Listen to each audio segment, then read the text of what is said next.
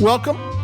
It's Domain Dave again from CheapWineFighter.com, and today we've got a wine which I think I got it some explaining to do because it's maybe a wine you never heard of before. But it's still in the Cheap Wine Finder range, and I'll try to explain the whole thing to you. Actually, I was part of a Zoom wine tasting with the winemakers from this region. And what I have here is the Marengo Mauro Nas-Cetta 2020. So if none of that made any sense to you, Nas-Cetta is a grape. It's from the Piedmont, the town of Novella in the Piedmont district of northwest Italy. The red grape for this area is Barolo. Barolo's from the Nebbiolo grape. It's the king of Italian wines. It basically is on par with Grand Cru Bordeaux and the high-end Napa reds. And this is a white wine that's been in there for at least 130, 140 years, but kind of got forgotten and almost went extinct until the 90s. And in the past, it had been a sweet wine. And when they rediscovered it, they started making it in the modern style. I'm going to take a sip.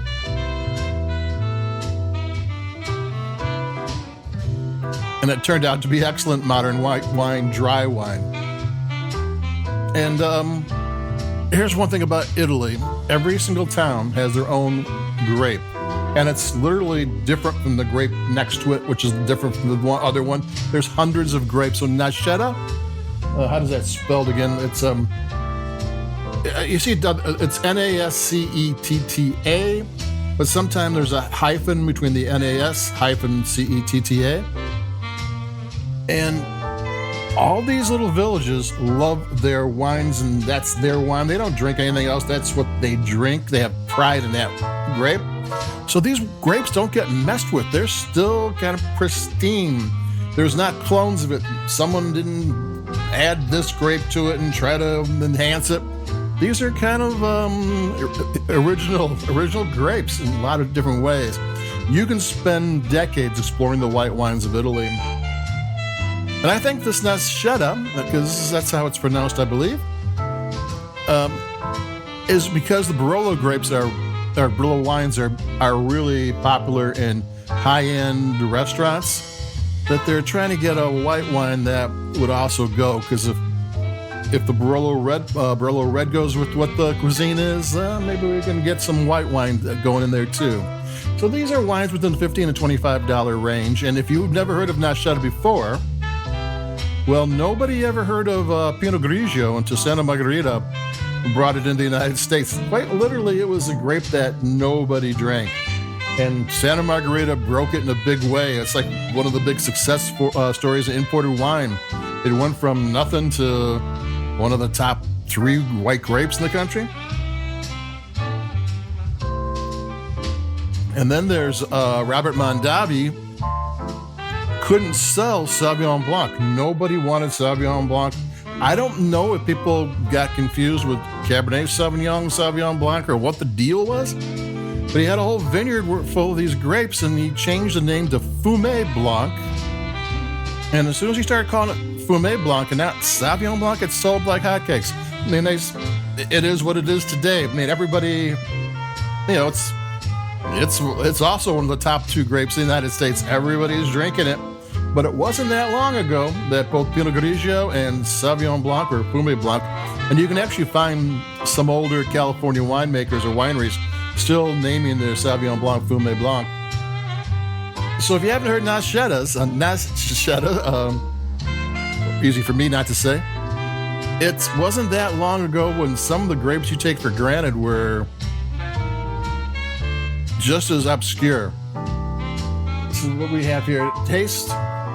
It tastes familiar but different. It's like the flavor combinations are in a different order.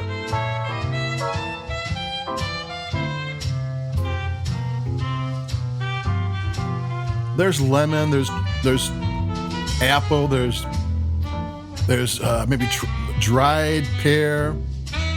There's that salty Anlise thing, that salty nutty Anlise thing.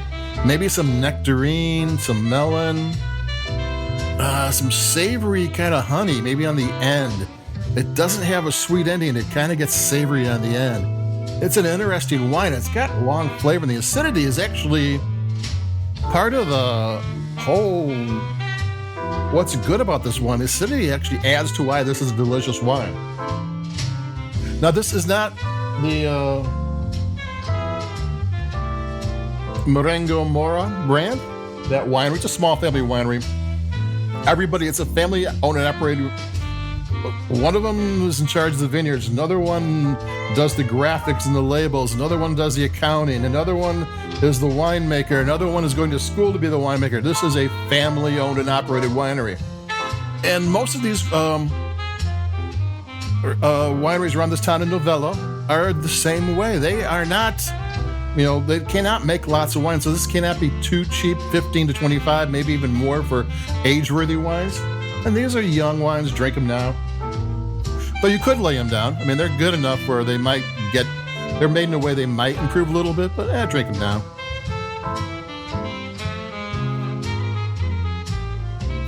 So you might not be able to find it in your local wine shop, but if you ask for a Nas-Cetta, there'll be another small family-owned Nas-Cetta there. They're around, and they're worth looking for. They taste great. And if you're ever in a rut, all you're drinking is Sauvignon Blanc, Chardonnay, Pinot Grigio, and you want to get out of that rut, right? Go to Italy. There's a reason why these wines are favorites decade after decade, century after century. And then, they really go well with food. They sip great, and that's it. And like us where you like your podcast, if you will. And stay safe, stay warm, stay healthy. Keep it cheap. You can actually like the podcast now. We changed some things. And adios, over and out. And see you later. Take it easy. Bye-bye.